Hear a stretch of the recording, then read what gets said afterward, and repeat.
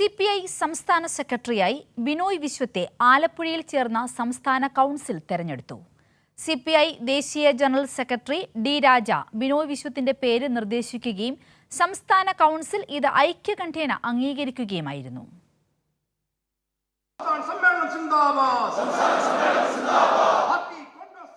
CPI സംസ്ഥാന സെക്രട്ടറിയായി ബിനോയ് വിശ്വം വീണ്ടും തെരഞ്ഞെടുക്കപ്പെട്ടു.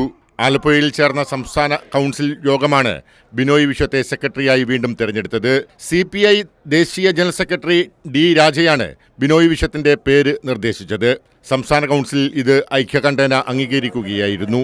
CPI സംസ്ഥാന സെക്രട്ടറിയായിരുന്ന കാനം രാജേന്ദ്രന്റെ നിര്യാണത്തെ തുടർന്നാണ് 2023 ബിനോയ് വിശ്വത്തെ സംസ്ഥാന സെക്രട്ടറിയായി തെരഞ്ഞെടുത്തത്. ഇടതുപക്ഷത്തിന്റെ ഐക്യം ഇന്നത്തെ കാലഘട്ടത്തിന് ആവശ്യമാണെന്ന് സംസ്ഥാന സെക്രട്ടറിയായി ചുമതലയേറ്റ ശേഷം ബിനോയ് വിശ്വം മാധ്യമങ്ങളോട് പറഞ്ഞു. സ്റ്റേറ്റ് സമ്മേളനം തീരുമാനിച്ചത് കമ്മ്യൂണിസ്റ്റ് പാർട്ടിയെ ശക്തിപ്പെടുത്താനാണ്. കമ്മ്യൂണിസ്റ്റ് പാർട്ടിയെ മാത്രമല്ല, ഇടതുപക്ഷ ഐക്യം ശക്തിപ്പെടണം. അതിൻ്റെ പ്രതിഫലനമായിട്ട് LDFിൻ്റെ ശാക്തീകരണം പ്രധാനപ്പെട്ട ഒന്നാണെന്നുള്ള ബോധ്യം കമ്മ്യൂണിസ്റ്റ് പാർട്ടിക്കുണ്ട്. ചർച്ചകളിൽ വിമർശനങ്ങളെല്ലാം അതിൽ തെളിഞ്ഞു വന്ന കാര്യം. കമ്മ്യൂണിസ്റ്റ് പാർട്ടി സമ്മേളനങ്ങളൊന്നും ഒരിക്കലും എവിടെയും വാഴ്ത്തുപാടാൻ വേണ്ടിയല്ല.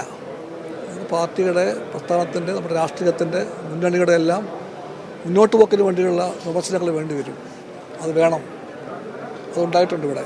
പക്ഷേ അതെല്ലാം കമ്മ്യൂണിസ്റ്റ് പാർട്ടിയെയും പാർട്ടിയിലൂടെ തന്നെ LDFിനെയും ശക്തിപ്പെടുത്താൻ വേണ്ടിയാണ്. സംസ്ഥാന കൗൺസിലിലേക്ക് 103 പേരെയും കാൻഡിഡേറ്റ് അംഗങ്ങളായി 10 പേരെയുമാണ് സമ്മേളനം തിരഞ്ഞെടുത്തത്. എക്സിക്യൂട്ടീവ് അംഗസംഖ്യ 15 നിന്നും 16 ആക്കി. CPI സംസ്ഥാന കൗൺസിലിൽ നിന്നും പ്രായപരിധി മാനദണ്ഡം തീരുമാനപ്രകാരം ഇടുക്കി മുൻ ജില്ലാ സെക്രട്ടറി KK ശിവരാമനെ ഒഴിവാക്കി. ES ബിജിമോൾ MLAയും ഒഴിവാക്കിയിട്ടുണ്ട്.